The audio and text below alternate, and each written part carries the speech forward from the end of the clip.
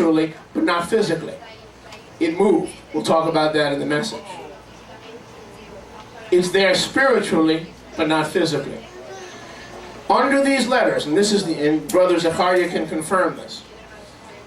This is the only place in the Islamic world where a mountain or a piece of real estate is marked with a symbol, the universal symbol of Islam. Are you with me? Are we on? Shabbat Shalom. Glad you're here. We're going to shake, rattle, and rock and roll today.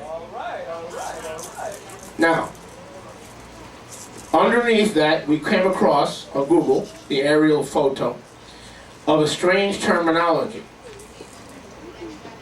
And it's the word once, vatan. It seems like English, but it's not. I'll pass this around later. Once, vatan. So we know this is a symbol of Islam, where Satan said, that's where my throne used to be, and spiritually, that's where my throne still is. And when I return, I'm going to make all the end-time anti-Mashiach and the Islamic forces beheaded in my seat in Turkey, modern-day Turkey. And some of you understand this, some of you don't understand it, but by the end of today, if you don't look at the cars and the neighbors moving in and out of their parking spaces, you will understand it. Okay? Once, vatan, I looked that up. Vatan is the Turkish word for family or community. This means one community, or one community under one Lord, or one world government, or one community under and in obedience to the one whose throne is on that hill. Can you believe this? I looked up this word in Turkish. It means one, family, and brotherhood. It means more than that, but that's the general idea. One brotherhood of what? Islam. The beast. The end-time beast. Another thing, and I'm going to ask, I'm not going to pass this, you'll get this later. In your handout, turn to your neighbor and say, you'll have one too. Turn to your neighbor and say, give him a smile and say, if you behave.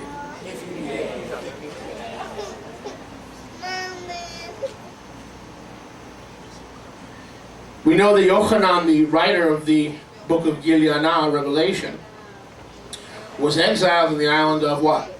Patmos. Here's a map of Patmos, which is west of the 7 congregations that John wrote to, that Yochanan wrote to. The 7 congregations are all east. He was in exile in the west. The Babylon and the congregations of the end times that he was writing to were all in the east. He couldn't have been thinking about a Babylon that was in Europe in the west, because all of the 7 end-time letters, end-time pastoral messages from Yochanan through Yeshua and the Ruach HaKodesh were addressed to 7 places due east of his exile. You'll get this on the handout when I hand this out to you. All these places he was writing to, including Babylon. So the Babylon he had in mind was here, modern Iraq. Turkey today is part of Nebuchadnezzar's Babylon. Saudi Arabia is part of Nebuchadnezzar's Babylon. Iran is part of Nebuchadnezzar's Babylon. The only Babylon John knew was east of where he was in the exile. You'll get this map when I hand this out to you. Okay? Can I hear a good amen? Amen. Here are the pictures of Satan's throne. We'll get to that later. So allow me to bore you with some facts. This is not the message, but I need to set the table. And again, to some who are fleshly and carnal, this sounds negative. It's much more fun in religion to go to Lakewood for an hour on Sunday morning and hear how great everything is. You're great, I'm great, he's great, she's great, everything's great. And they don't have a clue on those things that are coming, that Yeshua died to reveal to us. And in the meantime, these positive Sunday morning bozos are concealing from us, forever learning and never coming to the knowledge of the truth. Hallelujah! So let me read you a few facts. I hope I don't bore you. This is what the throne of Satan has been saying in the last 3 years. The following is a third report in a series on the issue of anti-Semitism in the Turkish media. This phenomena is directed not only against Jews in general, it also targets Turkey's Jewish citizens in the form of multiple attacks on Turkey's chief rabbi, insults to an offensive characterization of Turkey's Jews, and accusations of disloyalty, espionage, and treason. The media frequently accuses Turkish Jews, and don't miss this now, of destroying the Ottoman Empire. What is the last empire to control Jerusalem? The Islamic, Turkish, Ottoman Empire. Today, the throne of Satan says the Jews are responsible for destroying the Ottoman Empire. That's the beast whose deadly wound is being healed even as we speak. It accused the Jews of carrying out the genocide of Armenians, hatching sinister plots against Turkey, establishing a secular anti-Islamic regime in Turkey, meaning today's anti-Islamic secular regime in Turkey is the fault of the Jews. And blaming the Jews for being rich and influential. They ought to come to my neighborhood and go to Washington Avenue in Miami Beach and get a hold of some Jews who are neither rich or influential. They live in hotels and they depend on Social Security to survive. Publications by the Islamic terrorist organization IBDA-C claimed responsibility for the November 15th, 2003 bombings of 2 Istanbul synagogues. They circulate freely in Turkey, these publications. Dozens of pages in each issue are dedicated to virulently anti-Semitic literature. Books such as Mein Kampf, The Protocols of the Elders of Zion, a clear forgery. Many of you have heard me teach on the Protocols of the Elders of Zion. You can get the tape somewhere there. I expose it as a fraud. And The International Jew are high on Turkish bestseller lists, and they are displayed prominently in the front of Turkish bookstores. The following report also focuses on some of the intellectuals and liberal journalists in Turkey who have spoken out against the wave of anti-Semitism. By the way, this is what the media is not telling you. You won't find this in the media. The beast is speaking, but the media is not listening. Their job is to hide these facts. Columnist Fareh Guven wrote in the Islamist daily Milli Gazette, quote, "The Ottoman Empire saved the Jews from the hands of Christians, who murdered them, along with Muslims in Andalus, Muslim Spain. When Russia and Hungary persecuted the Jews, again the Ottomans saved them. The Muslim Turks rescued the Jews again from the hands of Hitler, who was himself a hidden Jew. Never been proven. From the beginning, the Ottomans showed hospitality, seemingly even by allotting the best homes to the Jews along the Bosphorus, in Istanbul's most luxurious area. And characteristic of their savage and treacherous nature, in return the Jews overthrew Sultan Abdul Hamid and destroyed the Ottomans. Like insects, they ate away at the Ottoman Empire. And as if this were not enough, they stabbed Muslim Turkish soldiers in Palestine in the back. These are all anti-Semitic accusations. The throne of Satan is speaking. We don't know, because we don't know where the throne of Satan is in Turkey, Istanbul, or Constantinople. And plus the media won't tell us. And most of the Sunday morning preachers want to make sure you feel good enough to give your money and get the next bunch in at 10, get you out the door into your cars, get the next bunch in at 11, out the door into your cars, get the next bunch in at 12, so not so they can reveal the book of Revelation and go deep, so they can have 4 offerings in one morning.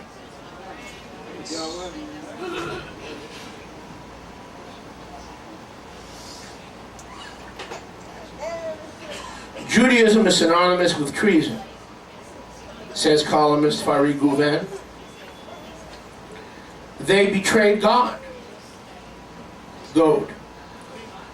When God told them to bow their heads when entering Al-Quds, meaning the Dome of the Rock in Yerushalayim, the abomination of desolation on the Temple Mount. When Allah told them to bow their heads entering the Al-Quds, they entered with their heads up. The prophets were sent to the Jews, like Zechariah and Isaiah, and were murdered by the Jews. In fact, no amount of pages or lines would be sufficient to explain the Quranic chapters of our Lord's prophet, Muhammad's words, that tells us of the betrayals of the Jews. Here is the real Jew. Mordecai, you're going to need to be on high alert. Bruno, both of you on high alert, please. Here is the real Jew. Columnist for the ultra-nationalist daily, Ortadugu Seluk Duzgan, in an article titled "Here is the Real Jew," wrote, Salomon, a Jewish name used in a derogatory way, I guess like Solomon. Salomon is on his deathbed. He asks his Jewish wife about each member of his family and wants to know if they are present. When the wife assures him that all his loved ones are beside him at bedside, he is angered and shouts at all of them for leaving the shop unattended. Do you understand that? Why'd you leave the business? Never mind that I'm dying, go back to work. This is a clear example of what the real Jew is. While we read and laugh at our jokes about the Jews are enjoying themselves by fooling the entire world. Oh, my native people, talking to the Turks, you have elevated so many of these Jews, you have given them an identity to so many who had none. You saved and protected them and fed so many of them. They have created the country's agenda and continue their march to their promised land. While we are calling them Masons and Sabbatians, Rotarians, and etc., they have had the privilege of ruling our country. Whatever name we call them, we are always faced with the truth that they are nothing but Jews. This is what's being taught in Turkey to the people of Turkey. The so-called pro-democracy, Western, pro-West Turkish people. Baruch Hashem Yahweh.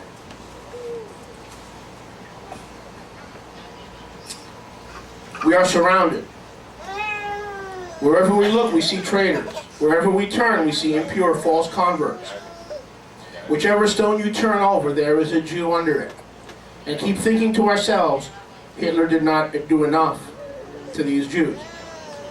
In the Quran it is written, in the latter days, a Muslim will find a tree, any tree, pick a tree. And the tree will speak to the Muslim and say, come here, now, behind this tree, you will find a Jew in hiding. According to the Quran, a so-called prophecy by the false prophet Muhammad, in the last days, the trees would beckon Muslims to run behind the tree to look for the Jews in hiding. The trees would talk. The Bible talks about trees being those who are righteous and follow Torah, not those who turn other human beings over to slaughter.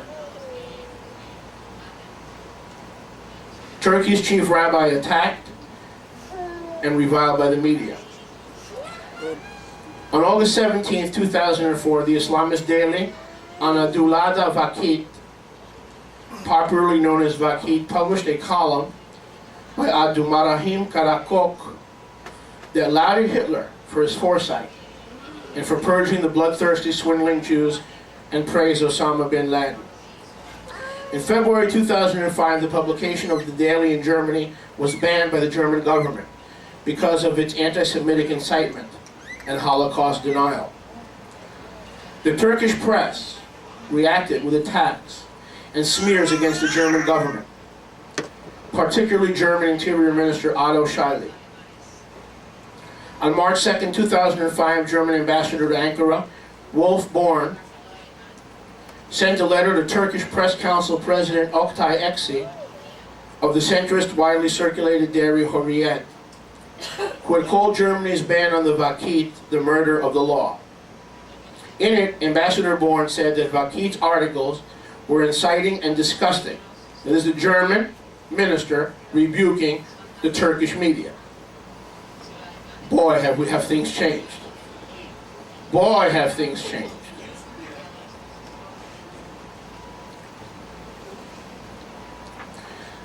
German Ambassador Born said that the Vakit's articles were inciting and disgusting, and it would be better for the Turkish Press Council to focus on these inappropriate publications instead of giving legal advice to the German Interior Minister. Since then, the German government has approached Turkish Interior Minister Aksu to protest against the newspaper Vakit's ongoing attacks on Germany and its government. At a May 18, 2005 press conference, German Interior Minister Schily said, "As you know, Anadulada Vakit was banned because of its virulent anti-Semitism. Then it began publishing articles attacking me and lately Prime Minister Schroeder. The Turkish government must also concern itself with the Vakit newspaper. The paper has depicted me, and also our Prime Minister, as neo-Nazis. If the Turkish government does not have the necessary laws, they should create them." Following the August 17, 2004 publication of Karakok's article in Vakit, the Turkish chief rabbi sent a letter of complaint to several liberal columnists in Turkish newspapers, prompting a campaign of daily attacks and revilement against the Turkish chief rabbi Yitzhak Haleva by Turkish journalists and politicians who write primarily for Vakit.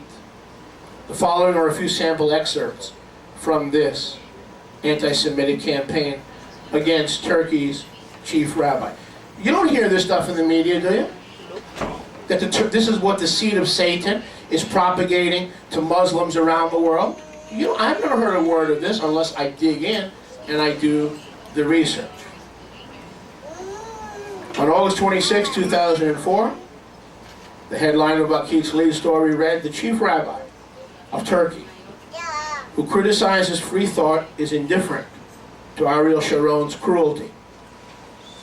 Turkey's chief rabbi who criticized our writer, Abdurrahim Karakok, in a letter he sent to some columnists, has never said anything about Israel's massacres that have turned into genocide. On August 27th, Vakit's headline in a report by Kenan Kiran in the paper read, "Still no sound from the rabbi, Chief Rabbi Haleva, who sent a letter to journalists targeting our writer Karakok. The rabbi has not answered our questions yet another day." The chief rabbi's letter prompted many reactions. AKP Member of Parliament for Manisa, Hussein Tanviverdi said, "The chief rabbi's attitude that is disrespectful of free consciousness is wrong. Those who call themselves men, and especially the faithful, cannot be silent about the savagery in Palestine. Mr. Haleva must condemn Israel's inhumane massacres."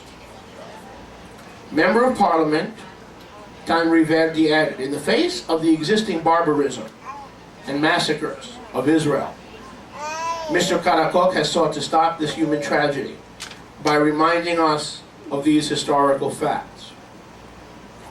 Mr. Karakok has made very reasonable observations. Chief Rabbi Haleva stated that he would send a written reply to Vakit's questions. Although 2 days have passed, the following questions remain unanswered. Do you consider Hitler cruel? Being addressed to the rabbi. Do you also consider Sharon cruel? Ariel Sharon, the former Prime Minister of Israel. Knowing the world's media's decision that the massacres he commits are similar to what Hitler did to the Jews. Do you condone the Israeli soldiers' aggression against Palestinian civilians? Rabbi Haleva, if you do not stop Ariel Sharon, anti-Jewish voices may turn into anti-Jewish actions. On August 29th, Vaket's Ilyan Toprak reported, Turkish Health Workers Union President Mustafa Basoglu criticized Turkey's chief rabbi for being disturbed at Karakok's comparing Hitler and Sharon. The letter read, as a religious leader, Yitzhak Haleva must make all the necessary efforts to prevent Ariel Sharon's negative attitudes. If Sharon is not stopped, the voices being raised against the Jews might turn into action. To prevent that, the chief rabbi must stop Ariel Sharon. More Turkish politicians join in. The chief rabbi must apologize.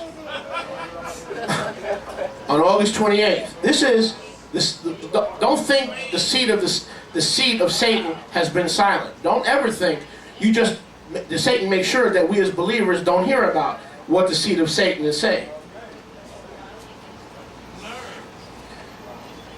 And by the way, to the praise of the Catholic Church, after the Second Vatican Council of the early 60s in Nostra Aetate, they have ceased their anti-Semitic literature and condemnation of the Jewish people for deicide or the killing of God.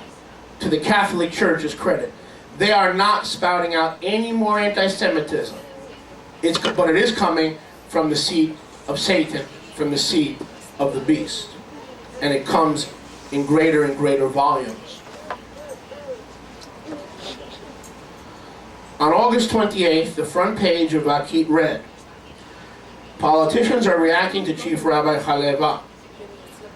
AKP Member of Parliament from Kahramanmaraş and former president of the Turkish Writers Association, Attila Maras, said it was a crime for Turkey's chief rabbi to send his letters of complaint to journalists against Abdurrahim Karakok. Member of Parliament Maras added, Turkey's chief rabbi Yitzhak Haleva must condemn Israel and Sharon. Nuriyatan Atkas, AKP Member of Parliament from Gaziantep, said, Turkey's chief rabbi has no reason to be disturbed by Karakok's article. Israel is perpetrating state terrorism. The chief rabbi must warn Sharon and apologize to the Palestinian people. The world condemned Sharon just like they condemned Hitler. This is just the beginning. Just hold on now. On August 29th, in an article titled Chief Rabbi the Commandant, Vakit columnist Hussein Usmez joined in. What is that one of the Turkish authorities does not come forward? Why is it that one of the Turkish authorities does not come forward and say, you, Mr. Rabbi, come here. Haven't you learned when and how to submit a complaint? How dare you cross your limits? On August 31st, Hassan Karkaya added another article to the attack on Turkey's chief rabbi. It was clear that the millet beating these drums, the 6 journalists to whom Rabbi Haleva wrote, was in the hands of that person, whatever his name is, Haleva, which is derived from the Turkish word for sewage or toilet, Haleva. They said his last name in Turkish means toilet. Turkish columnist, Chief Rabbi synagogues are Zionist bases. On September 2nd, 2004, Vakit columnist Nurettin Sirin wrote, firstly, the chief rabbi who uses his synagogues as Zionist bases must learn that no Jew has the right to teach a lesson on human rights to us, the children of the Ottomans. Hear me, because you're not going to get this anyplace else. That may sound pompous, but it's true.